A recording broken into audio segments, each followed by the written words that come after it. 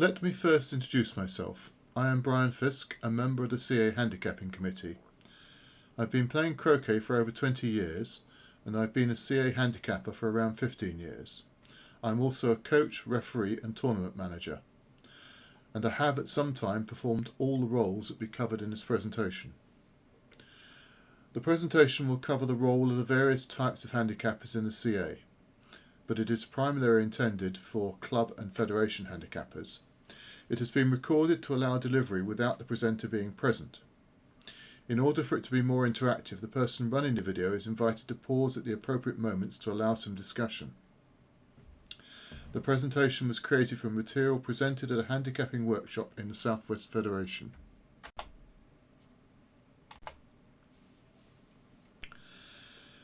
If you wish to make the session interactive, pause the slideshow now and think about the question before listening to my answer.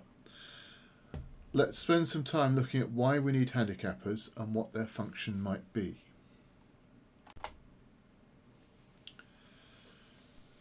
Someone in every club needs to make sure their members have the correct handicap and they know how and when to use their handicap card.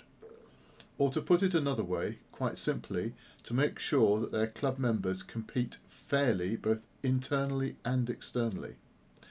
The AHS can't be left to run without supervision, and we can't rely on tournament players to validate the system.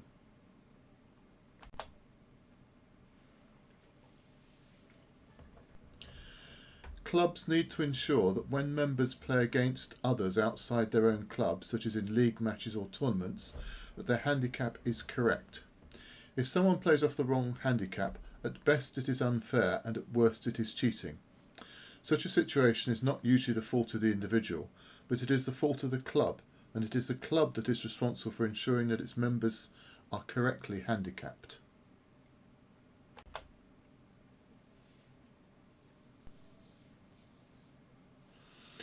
The AHS will only work properly if the members play in a reasonable number of games. We usually suggest at least 10 per year outside their own club.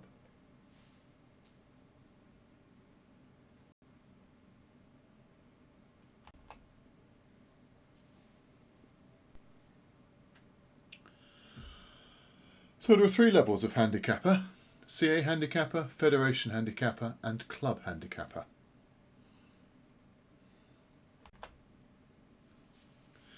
So at the top of the hierarchy we have CA handicappers who will play regularly in a range of CA tournaments so that they remain familiar with the full range of handicaps. They will often be appointed as tournament handicappers. They may also be active within their own club and federation. They are the people that have the experience to support federation and club handicappers.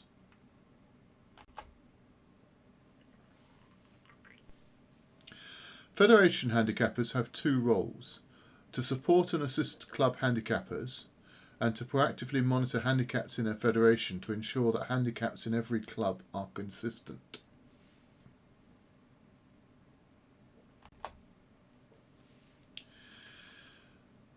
Sitting at the bottom of the hierarchy are club handicappers. These are the people that should be setting new handicaps and monitoring players who are not playing enough games for the AHS to work.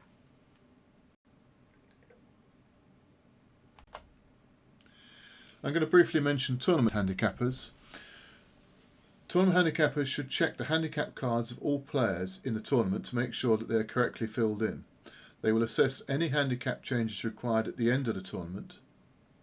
They are also on hand to resolve any handicapping matters during the tournament. Appointment of tournament handicappers should not be left to the tournament manager.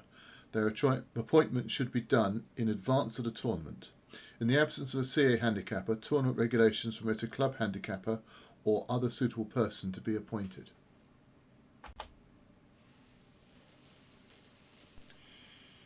So if we work together seamlessly, we can support and advise each other to ensure that we are well informed and able to promote fairness for all.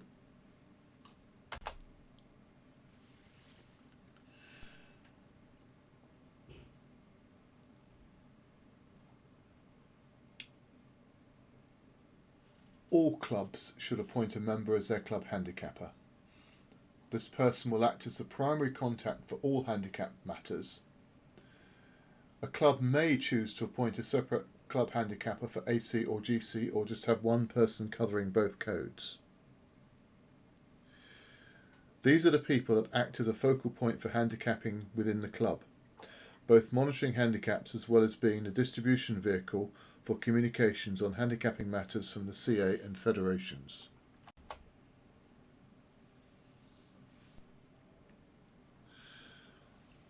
So their names should be published so that club secretaries can be contacted by the CA or federations and then pass all handicapping things to the club handicapper.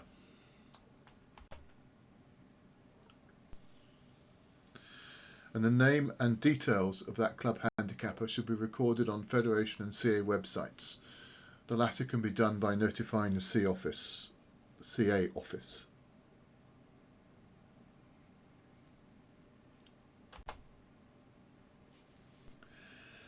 So it's important to remember that the remit of a club handicapper does not go outside their own club unless they hold some other appointment, such as Federation Handicapper. They should defer to more senior handicappers. For instance, if a player's handicap is changed at a tournament, they should not revoke that change without seeking the approval of the person who made the change.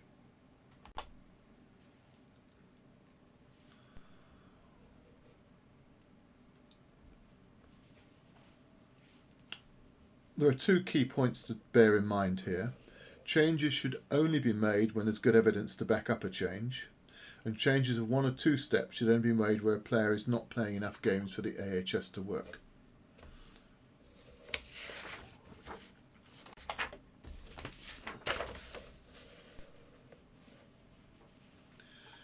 Pretty much the same is true for GC handicappers, except the ranges they can work in are slightly different.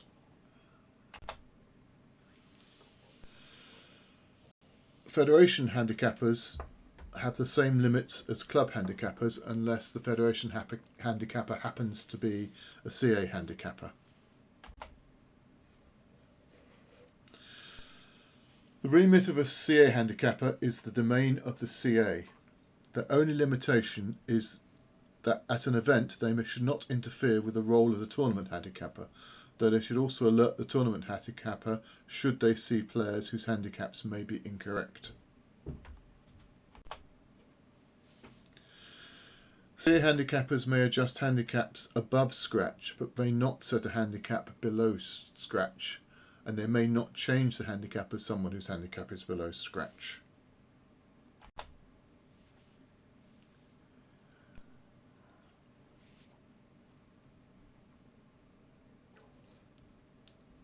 The same is true for GC handicappers. They may not change handicaps below scratch or change them to something below scratch.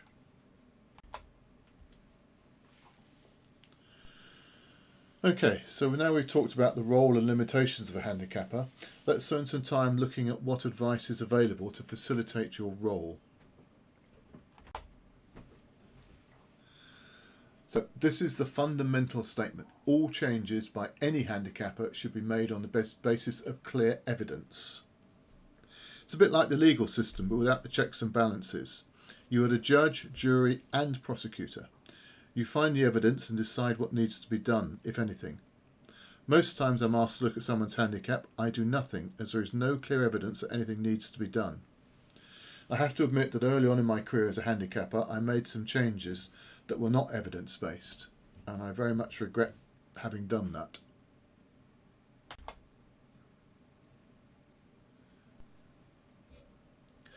It's also important that what you've done is properly documented.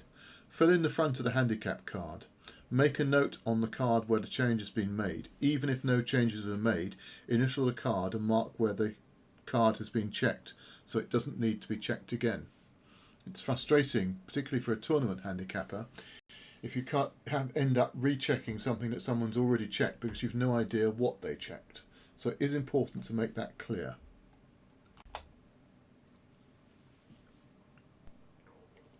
So moving on to club handicappers. Basically you're there to make sure that the AHS is working. and it's important that you oversee the system within your own club and work with other handicappers where appropriate. You need to keep in touch with your federation handicapper and consult with the CA handicappers in your federation.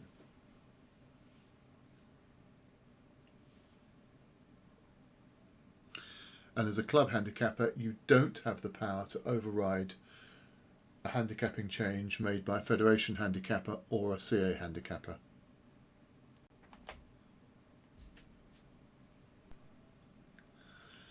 But of course, this role involves much more than just setting new handicaps and an annual review of handicaps.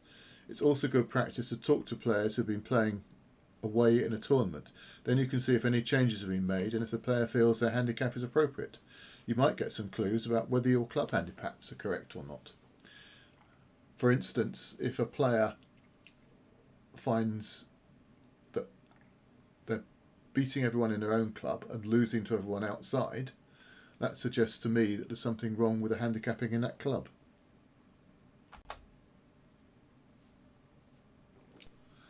As you can see, the role is quite extensive and vital for the AHS to work properly. I'll give you a minute or two just to read through everything on this slide.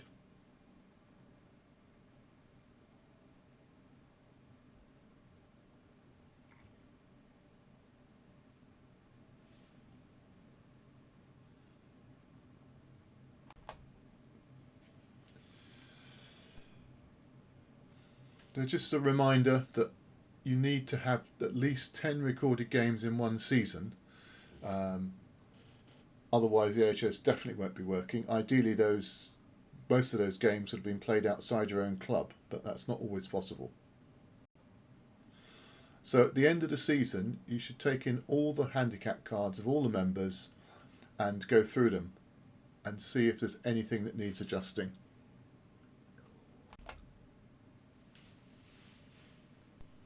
Okay, let's move on to setting AC handicaps for new players.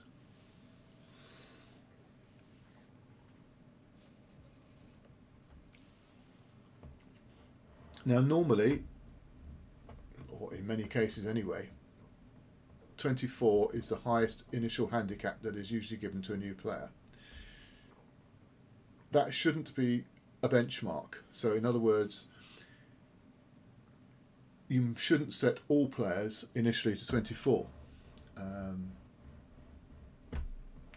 Some people will be better than that, and those people should have a handicap set appropriately.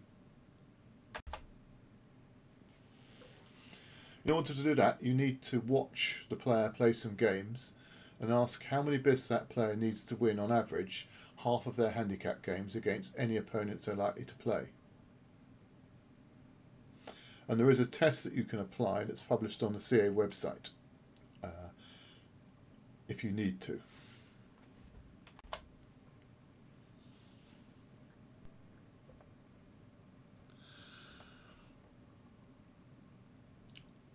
Almost all players will start with a handicap above 8, so the club handicapper should be able to set the initial handicap. If you do think a lower handicap is needed, then consult a CA handicapper.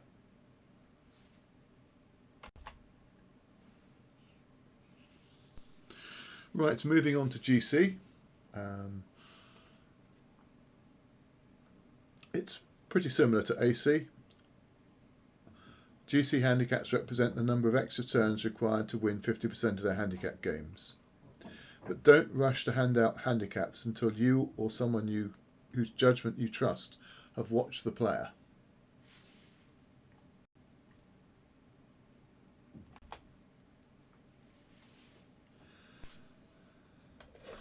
The 3 times round test is only a guide, and you should really be watching the player play some games to see how tactically aware they are as well.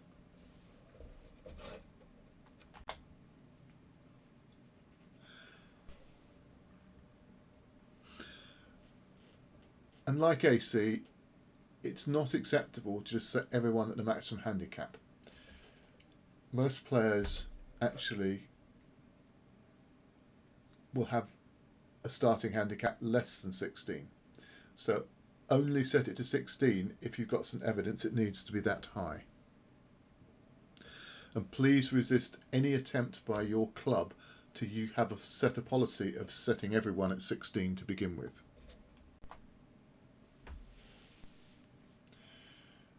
And it's important that you remember that if you've got someone who's moving from AC to GC, then the 3 times round test isn't appropriate. There's a table of suggested GC handicaps for AC players whose handicap is below 10, published on the CA website. There is, however, no corresponding table from GC to AC because it's not possible to make that correspondence.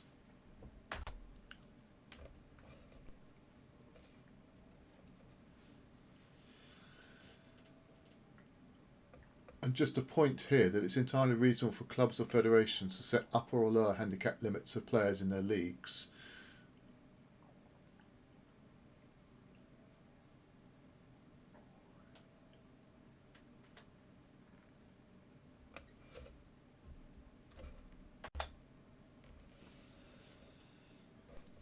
Right, returning players in both AC and GC, the rules are quite simple.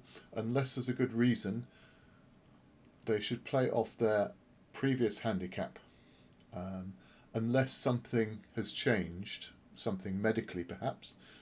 If they've got one less leg than they used to have, maybe there are good grounds for changing a handicap, but otherwise stick to what it was before and then observe and assess if any changes may be needed, and in which case you need to get a CA handicapper involved. Now this is a point that's often missed. When you're playing any counting game on your handicap card, the hoop should be set to normal tournament settings.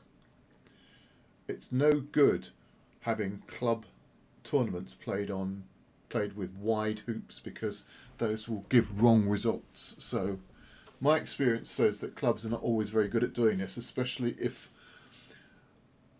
the hoops have to come out every day and be put back in again. When they're put back in, they should be properly checked. Ordinary club members often don't do this.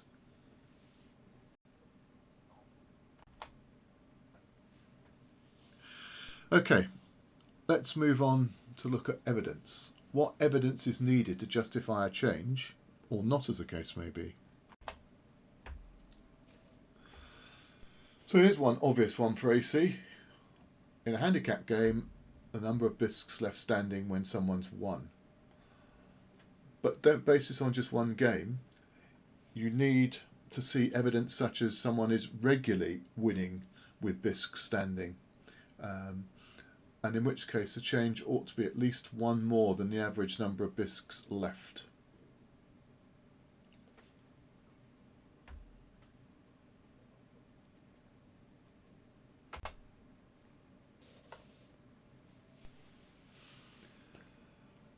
So here's the biggest piece of evidence you would normally find on either AC or GC. When a player is winning most or all of their handicap games, probably by a large margin, then there are clear grounds to consider if intervention is required. On the other hand, if a player is both winning and losing handicap games, then there is absolutely no grounds to change their handicap. Remember, a handicap is there to help someone win 50% of their games. So if they're winning 25% of the games or 75% of the games, that's fine. Their handicap will naturally change. If they're winning 100% of their games or losing 100%, then you might have some grounds to take some action. Now this is something that is perhaps difficult to understand. What I mean by normalising a club's handicap is that if you've got a small club in your federation who play almost all their games amongst themselves and rarely play outside their club, then it's possible that their handicaps won't change even if they all get better, because they all get better by the same amount. They're all going to be winning and losing just as often to the same people, so nothing will change.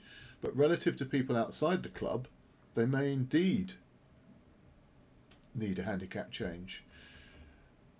Now, it's difficult to assess this, but I know that in the Southwest Federation, the Federation Handicapper actually looks at match results between clubs to see if there is some kind of discrepancy, and they've actually got a formula, I think, for assessing it.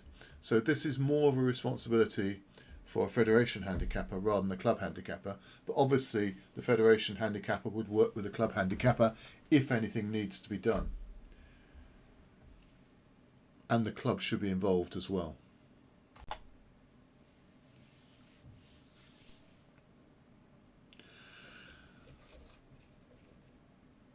Now, when you're looking at someone's ability to determine whether they need a handicap change or not, don't be fooled by someone who's very skilled in one particular aspect of the game, but not necessarily across the board. So someone may be very good at hitting in, but they may be very poor at building breaks at AC.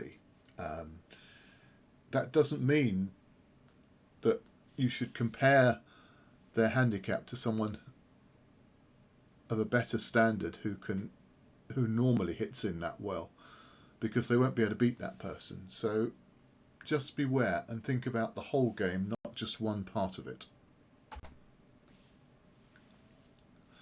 And also be aware that players can be erratic. They might have a purple patch for a tournament or two. I know someone who went down from scratch to best part of -1.5 because they won several tournaments in a row. But over a period of time, their handicap slid back to where it should have been. Now, there was nothing wrong with the AHS moving a handicap, but it did. This purple patch may be difficult to determine, but it does happen. This is probably more important. Be wary of other people's opinions. Most times I've been asked to check someone's handicap card, it's because someone else thinks they need a handicap change. I rarely find that's true. They usually don't require a handicap change. If you are going to take other people's opinions into account, then value the opinions of players you trust. But at the end of the day, you need to make up your own mind based on evidence. Now, it may be that Joe Bloggs tells you that Fred needs a handicap change, and you trust that player's, or you trust Joe Bloggs. You must still look at the handicap card and make up your own mind based on evidence. Just use Joe Bloggs' information as a clue that you should be looking. Do not make changes based on what they say alone.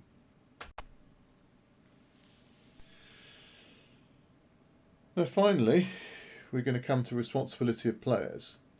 So you might have been misled into thinking that all the responsibility is yours. It isn't.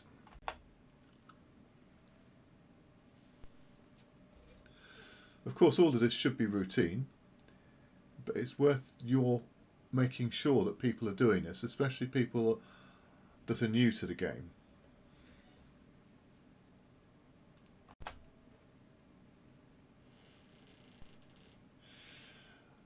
And the second bullet point might seem obvious, but you'd be surprised how many times two people don't put the same result down, especially if they don't put it down right away. So it is important that you should fill in your handicap card immediately you finish the game, not wait and do it a few days later when you can't quite remember what happened.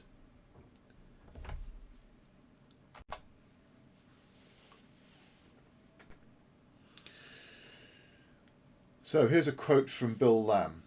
A handicap is not defined more precisely than plus or minus one step, and there is no point in handicappers making adjustments of this magnitude. I couldn't agree more. You should never be fiddling around at the level of one index change, except possibly at the end of a season for a player who has been playing for a long time. Their ability maybe is sliding slightly, and they're not playing enough games for the AHS to work properly. It might just be worth making a small adjustment, but it's unusual.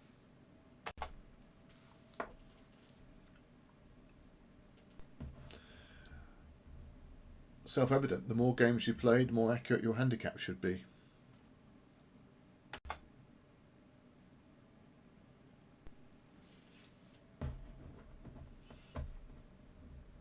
And this is the point I was referring to earlier. If a club is only playing amongst itself, the AHS won't work.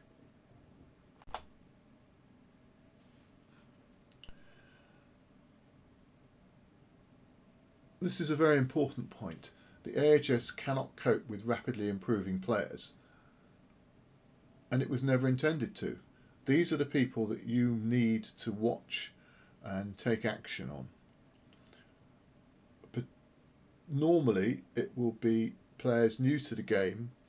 Something suddenly clicks, like maybe the 4-ball break or something like that in AC, or how to play decent clearance shots in GC. Something suddenly improves and the game changes, or their ability changes quite dramatically. I know for me it was when I could hit a decent rush shot in AC. I chose to work on that particular skill and my handicap started changing dramatically. You can only observe the results that the player's getting in club matches, league matches, tournaments, and if you see that the player is clearly winning many more games than they expect to on average, then you might need to do something. Okay, what games qualify to be recorded on your handicap game card? Sorry. The answer is all singles games in CA calendar fixtures, federation leagues, inter-club contests and internal club competitions. What are not included are friendly internal club games, walkovers and abandon games.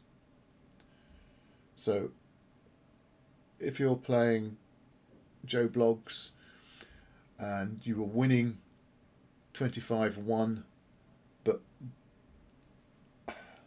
the heavens opened and you had to stop the game and it was never finished, you can't put that on your card. So in my experience, most of the club tournament games will be on the card, but I seem to remember in the early days when I was playing there was some debate about whether ladder matches should be on the card or not. My personal view is anything that's truly competitive, played with hoops that are properly set, should be on your card.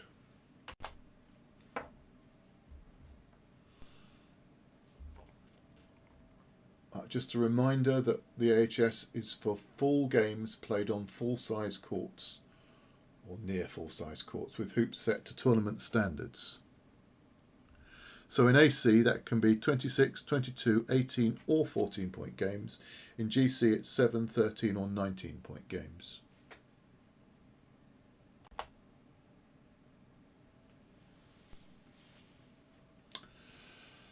So this may appear to be a bit of a controversial statement. A rapid improver is of course commendable. A bandit, well, that's a different story. So a rapid improver is someone who's developing their skill quickly, and the AHS will never cope with this. So this is where the club handicapper needs to work. A bandit is someone whose skill is known to be better than the handicap suggests, but the club has failed to do anything about it. So this is going back to the point I made before. It's the club that's responsible. So if the club allows someone to go and play in tournaments, league matches, etc., knowing their handicap is wrong, it's their fault, not the person's fault.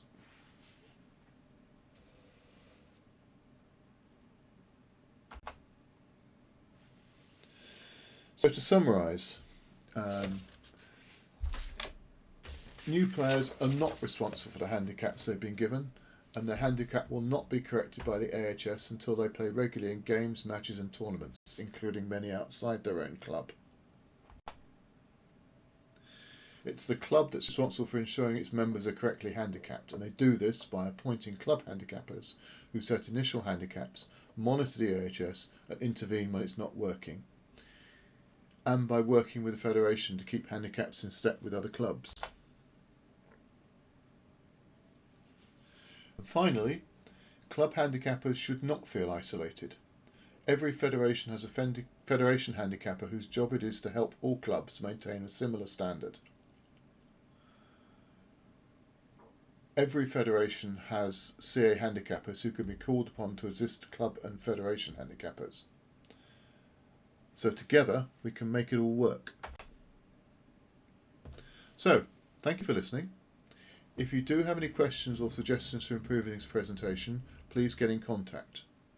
Questions initially should be addressed to your federation handicapper or one of your CA handicappers, but if they can't answer your question, please don't hesitate to contact me, and if you think there's anything that could be done to improve this presentation, please contact me. Thank you.